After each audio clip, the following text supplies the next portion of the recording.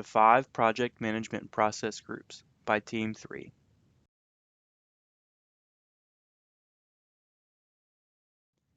A process is a series of actions directed toward a particular result.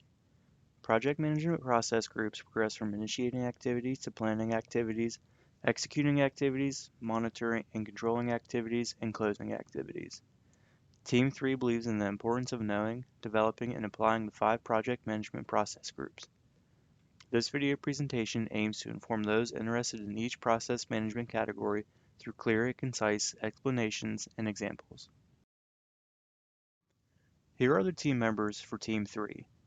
Romina DeMarco, Megan McEvoy, Nate Niehaus, Jason Song, and Jacob Adul.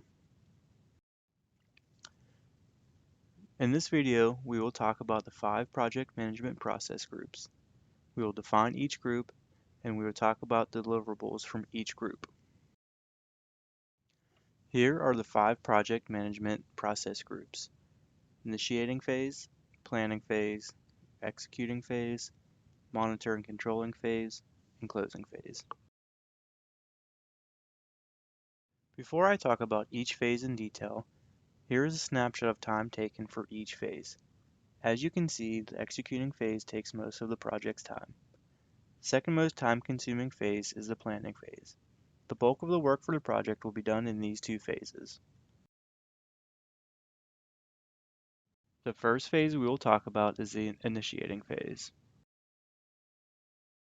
The initiating phase takes place in all phases and continues throughout the life of the project. Simply, the initiating process recognizes and starts the project in each phase. One output from the initiating phase is identifying stakeholders and creating a stakeholder register. The stakeholder register provides contact and role information for the stakeholders. With this comes a strategy for managing the stakeholders. This can be documented or just talked about. Doing so will allow a better understanding of each stakeholder's interest and willingness to see the project through. It also identifies ways to limit any obstacles stakeholders may present. Another way that this process recognizes a new project is by creating a project charter. The project charter is a snapshot of the project. It provides basic information about the project. You will see the project's title, start date, budget, objective, and approach. Also included in the charter is a sign-off from all of the stakeholders for the project. One common practice during the start of a project is to have a kickoff meeting. This will allow the stakeholders to meet and greet and discuss the project's goals and future. The initiating phase will take up the least amount of time. Once this phase is complete, the next phase is the project planning phase. The second process we will discuss is the planning process. The planning process includes devising and maintaining a workable scheme to ensure that the project addresses the organization's needs. Essentially, the planning process group is a place where the project team decides what they want, how to do, when to do, and the money needed. This phase is the key phase in all projects and is typically the second most time consuming. It is important to put in a lot of time and effort into the planning process because the plans must be realistic and useful to guide execution.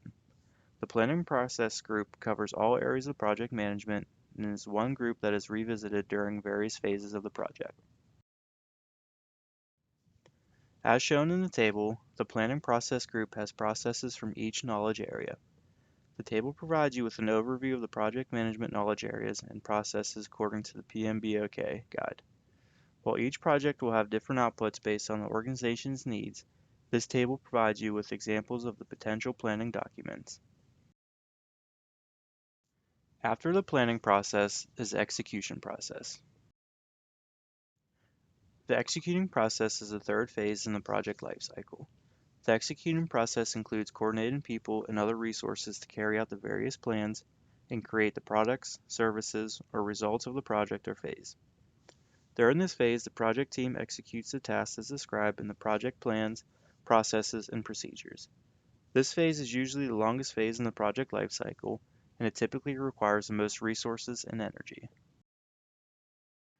The figure shown provides an overview of the knowledge areas and processes of project execution. There are several processes in the executing process group, and these processes belong to multiple knowledge areas including project integration management, project human resource management, and project stakeholder management. Some examples of the outputs within this phase include the deliverables, change requests, project staff assignments, project communications, and issue log. The second to last phase is the monitoring and controlling phase. Monitoring and controlling ensures that objectives are met. This phase focuses on the quality and consistency of each milestone and taking corrective action when and where necessary. Included in this section is a milestone report. The milestone report is a tool utilized by associates and the project manager to measure progress against the objectives and identify any necessary changes. The following is an example of a quality checklist.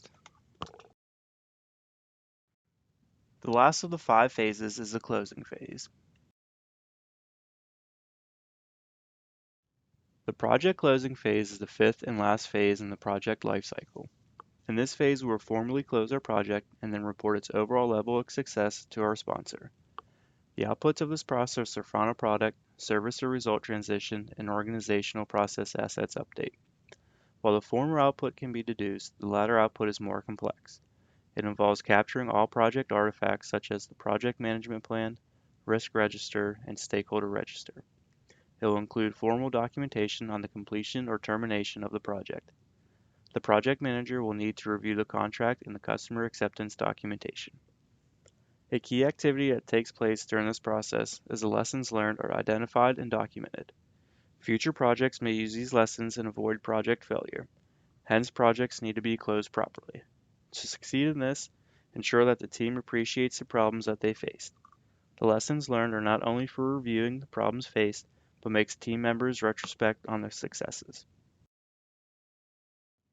In conclusion, the 5 management process groups occur at varying levels and change throughout the process to suit the needs of the project and its clients.